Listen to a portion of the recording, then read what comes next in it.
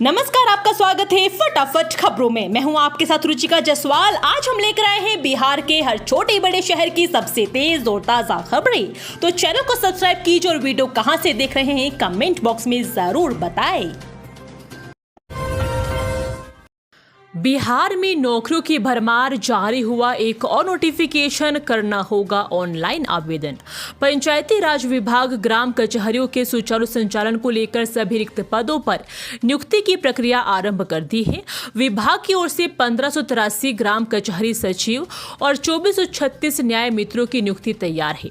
कचहरी सचिवों के रिक्त पदों पर ऑनलाइन आवेदन करने की अंतिम तिथि बुधवार को समाप्त हो गई है। बिहार में फरवरी में बदलेगा मौसम का मिजाज, आईएमडी ने जारी किया 12 जिलों में येलो अलर्ट। बिहार में पिछले कुछ दिनों से मौसम सुहाना बना हुआ है। सुबह और रात के समय ठंड महसूस हो रही है, जबकि दिन में धूप खिल रही है। बिहार में दिन में औसत तापमान 20 से 22 डिग्री तक रह रहा है, वहीं न्यूनतम तापमान 7 से 13 डिग्री के करीब दर्ज किया जा रहा है। उत्तर बिहार के 10 जिलों में घना कुहासा छाया रहा।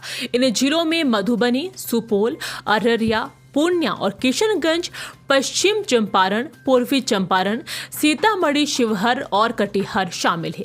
12 जिलों में घना कुहासा का अलर्ट भी है। पटना मौसम विज्ञान केंद्र ने बिहार के 12 जिलों में घना कुहासा को लेकर येलो अलर्ट जारी किया है। इन जिलों में पश्चिम चंपारण, पूर्वी चंपारण, शिवहर, सीतामढ़ी, मधुबनी, सुपौल, सहरसा, मधेपुरा, अररिया, किशनगंज, पूर्णिया और कटिहार शामिल है। बिहार औद्योगिक निवेश प्रोत्साहन नीति से राज्य में उद्योगों को मिल रहा है बढ़ावा। आने वाले समय में टेक्सटाइल और लेदर इंडस्ट्री का हब बनेगा बिहार। मुख्यमंत्री नीतीश कुमार ने बिहार में उद्योग को बढ़ावा देने के लिए कई योजनाएं शुरू की है। मुख्यमंत्री नीतीश कुमार के नेतृत्व में बिहार सरकार ने राज्य में अधिक से अधिक निवेशकों को आकर्षित करने के लिए बिहार औद्योगिक निवेश प्रोत्साहन नीति 2022 लेकर आई है। इस नीति के अंतर्गत विभिन्न क्षेत्रों में निवेश के इच्छुक निवेशकों को आवश्यक सुविधा प्रदान की जा रही है, जिससे निवेश के नए अवसर जो है सृजित हो रहे हैं। बिहार में मिड डे मील मेन्यू में बदलाव, जानिए अब खाने में क्या क्या मिलेगा, छात्र हो जाएंगे खुश। बिहार के सरकारी विद्यालयों में 15 फरवरी से बच्चों के मध्याह्न भोजन का मेन्यू बदल जाएगा। इस संबंध में शिक्षा विभाग ने सभी जिलों को निर्देश जारी करते हुए कहा है कि मिड डे मील का नया मेन्यू 15 फरवरी से प्रभावी होगा। नए मेन्यू में सप्ताह में 2 दिन की जगह अब एक ही दिन शनिवार को स्कूलों में बच्चों को खिचड़ी देने का प्रावधान किया गया है। इसको लेकर सभी जिलों को दिशा निर्देश भी जारी किया गया है। मालूम हो कि पहले शनिवार और बुधवार को बच्चों की खिचड़ी दी जाती है। बिहार बोर्ड ने बदला अपना फैसला, 12वीं परीक्षा में एक दिन पहले आई नई guideline. Bihar school examination board ने बिहार बोर्ड इंटरमीडिएट परीक्षा 2025 के लिए एक बड़ी घोषणा की है, जिसके तहत परीक्षा की पुरानी गाइडलाइन में बदलाव किए गए हैं। अब 1 फरवरी से 5 फरवरी 2025 तक होने वाली परीक्षाओं में जूते मोजे पहनकर आ सकेंगे। इससे पहले छात्रों के लिए जारी एडमिट कार्ड पर लिखा था कि परीक्षा हॉल में फुटवियर पहनकर आने की मनाही है। ऐसा करने पर परीक्षा केंद्र में आने की अनुमति नहीं होगी, लेकिन ठंड को देखते हुए बीएसईबी ने यह नियम थोड़े दिनों के लिए हटा दिया है। 5 फरवरी के बाद बीएसईबी फिर से हालात का जायजा लेगा और इस बारे में फैसला करेगा। बीएसईबी ने इंटरमीडिएट परीक्षा के लिए एक कंट्रोल रूम भी बनाया है।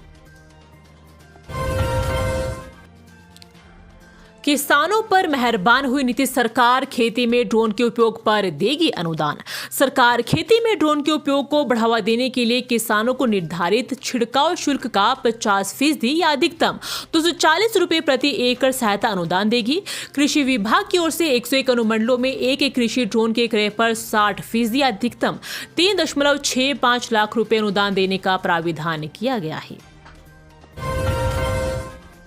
बीपीएससी में हुआ परियोजनाओं को शुरू करने के लिए मिशन मोड में बिहार सरकार ज्यादातर सीट है। बिहार के मुख्य सचिव ने कहा है कि 10,000 करोड़ रुपए से अधिक की लागत वाली परियोजनाओं पर आयोग ने भारी भ्रष्टाचार का आरोप करने के लिए राज्य सरकार में करोड़ों रुपए का घोटाला कर सीटों को परियोजनाओं की घोषणा मुख्यमंत्री नीतीश कुमार की वर्तमान में जारी प्रगति यात्रा के दौरान हुए कहा, जब सचिव अमर लाल मीणा ने कहा कि 100 से अधिक परियोजनाओं को मंजूरी दे पहले से ही भेजी जा और विधानसभा चुनाव से काफी पहले लेकर काम शुरू करने की योजना है। मीणा ने कहा कि 29 जनवरी तक कुल 168 परियोजनाओं के साथ इस घोटाले के खिलाफ लड़ाई लड़ रहे हैं ताकि परीक्षा रद्द मंजूरी दी जा चुकी है। इस मामले की सुनवाई न्यायालय में होगी, लेकिन परीक्षा रद्द होने के बाद भी छात्रों के साथ न्याय नहीं होगा क्योंकि सीटों की बिक्री पहले ही हो चुकी है। बीपीएससी में हुआ करोड़ों का घोटाला, प्रशांत किशोर का बड़ा आरोप, ज्यादातर सीटें पहले ही बेची जा चुकी। जनसुराज के सूत्रधार प्रशांत किशोर ने बिहार लोक सेवा आयोग ने भारी भ्रष्टाचार का आरोप लगाते हुए कहा कि करोड़ों रुपए का घोटाला कर सीटों को बेचा गया है। प्रशांत किशोर ने अरवल में किसान महापंचायत को संबोधित करते हुए कहा, जब मैं अनशन पर बैठा था तब से कह रहा हूं कि बीपीएससी की ज्यादातर सीटें पहले से ही बेची जा रही है और 30 लाख रुपए से लेकर 1.5 करोड़ रुपए तक में सीटों की खरीद फरोख्त हुई है। हम बच्चों के साथ इस घोटाले के खिलाफ लड़ाई लड़ रहे हैं ताकि परीक्षा रद्द हो जाए। इस मामले की सुनवाई न्यायालय में होगी, लेकिन परीक्षा रद्द होने के बाद भी छात्रों के साथ न्याय नहीं होगा क्योंकि सीटों की बिक्री पहले ही हो चुकी है। बिहार के इस बड़े रेलवे स्टेशन को लगा 1.61 करोड़ का जुर्माना, जानिए क्या है पूरा मामला। बिहार के इस बड़े रेलवे स्टेशन पर 1.61 करोड़ रुपए का जुर्माना लगाया गया है। साथ ही इस रकम को 15 दिनों के भीतर जमा करने का आदेश भी जारी किया गया है। बता दें कि राज्य प्रदूषण नियंत्रण परिषद ने दरभंगा रेलवे स्टेशन पर प्रदूषण फैलाने के मामले में 1.61 करोड़ रुपए का जुर्माना लगाया है। परिषद ने जुर्माने की इस राशि को डिमांड ड्राफ्ट के माध्यम से जमा करने का निर्देश दिया है। यह जुर्माना प्रदूषण नियंत्रण मानकों के उल्लंघन के लिए लगाया गया है। दरअसल दरभंगा रेलवे स्टेशन का सीवेज को बिना ट्रीट के हराही और दिग्घे तालाब में गिराए जाने का आरोप सही पाया गया है, जिससे तालाबों में जलीय जीवन पर संकट आ गया था। सर्वाइकल कैंसर से बचाव के लिए वैक्सीनेशन की शुरुआत, पहले फेज में 300 छात्राओं के लिए मिली वैक्सीन।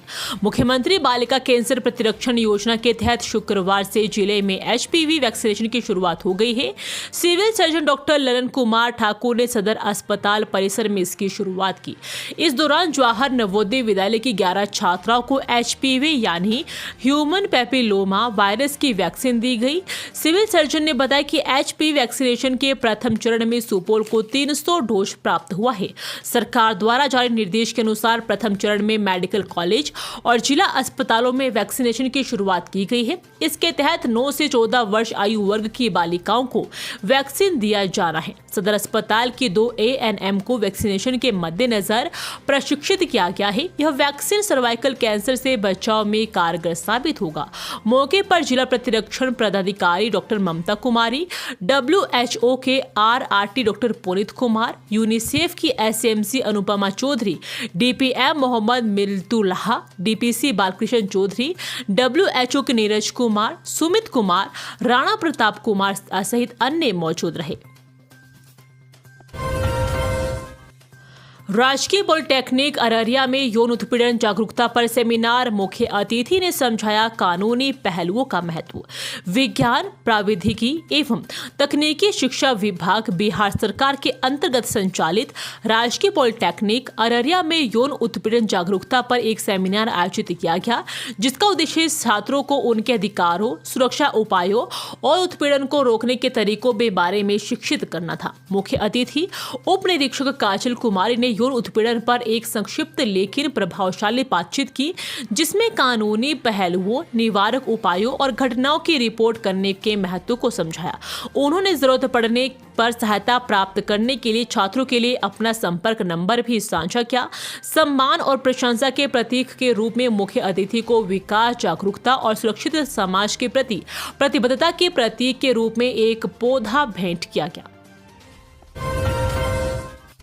युवक ने रेलवे ट्रैक पर लेटकर बनाई रील, ऊपर से गुजरी ट्रेन, रेल मंत्रालय हरकत में हुई कार्रवाई। सोशल मीडिया पर सनसनी बटोरने और लाइक्स कमेंट्स पाने की होड़ में लोग अपनी जान जोखिम में डालने से भी नहीं हिचकिचा रहे हैं। इसी सिलसिले में मुजफ्फरपुर जिले से एक युवक द्वारा रेलवे ट्रैक पर लेटकर वीडियो बनाने का मामला सामने आया है। इस दौरान 100 किलोमीटर प्रति घंटे की रफ्तार से एक ट्रेन उसके ऊपर से गुजर गई। यह खतरनाक वीडियो युवक ने इंस्टाग्राम पर पोस्ट किया, जिसके बाद सोशल मीडिया पर तेजी से वायरल भी हो गया। वीडियो सामने आने के बाद कई यूजर्स ने इसे रेल मंत्रालय, बिहार पुलिस और आरपीएफ ईस्ट सेंट्रल रेलवे को टैग कर इसकी शिकायत दर्ज कराई। शिकायत मिलते ही रेल मंत्रालय हरकत में आ गया और रेलवे सुरक्षा बल ने इस पर संज्ञान लेते हुए मामला दर्ज भी कर लिया। अब इस मामले की जांच का जिम्मा आरपीएफ सोनपुर को सौंपा गया है। ये थी आज की फटाफट खबरें। हम मिलेंगे अगले बुलेटिन में, तब तक के लिए धन्यवाद। जय हिंद।